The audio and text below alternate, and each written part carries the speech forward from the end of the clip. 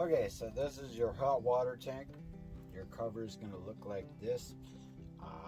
Yours might look a little different. The layout's kind of different, but mostly it's a metal case.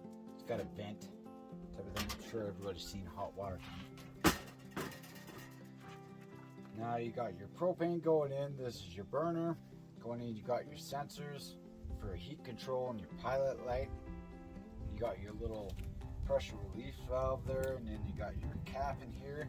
If you got electric, you're probably going to have a control board with a bunch of electrical outlets. If you got a switch that you can turn the hot water tank on, it'll be connected to there. It'll look like a little spark plug thing.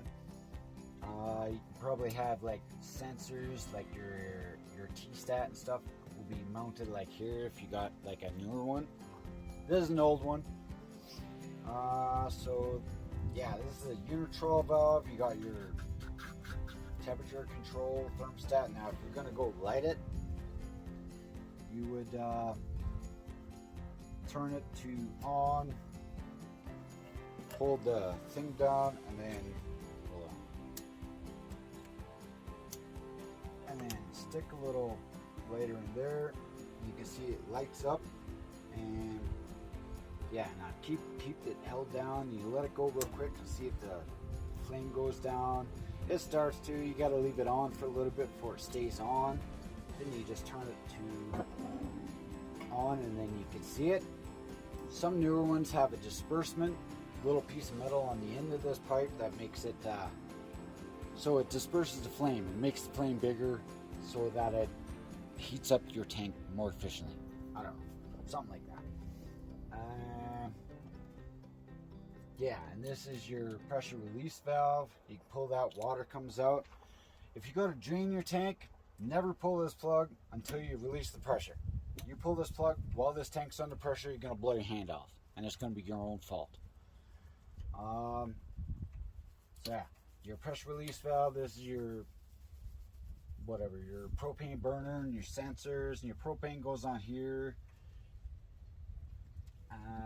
Yeah, and then you got your vent, and your tank might look a little different, but they all have the same components.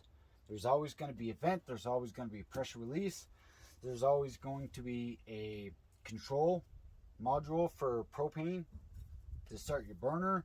If it's a steel tank, then it might have a thing called an anode rod, which would be kind of like your plug. You pull it out, it's like a sacrificial cylinder that you put in there. It's made to collect rust and particles you don't want in your water. But if you have an aluminum tank, then it doesn't really matter, because you won't have one. It'll be an anode-less tank because aluminum doesn't rust.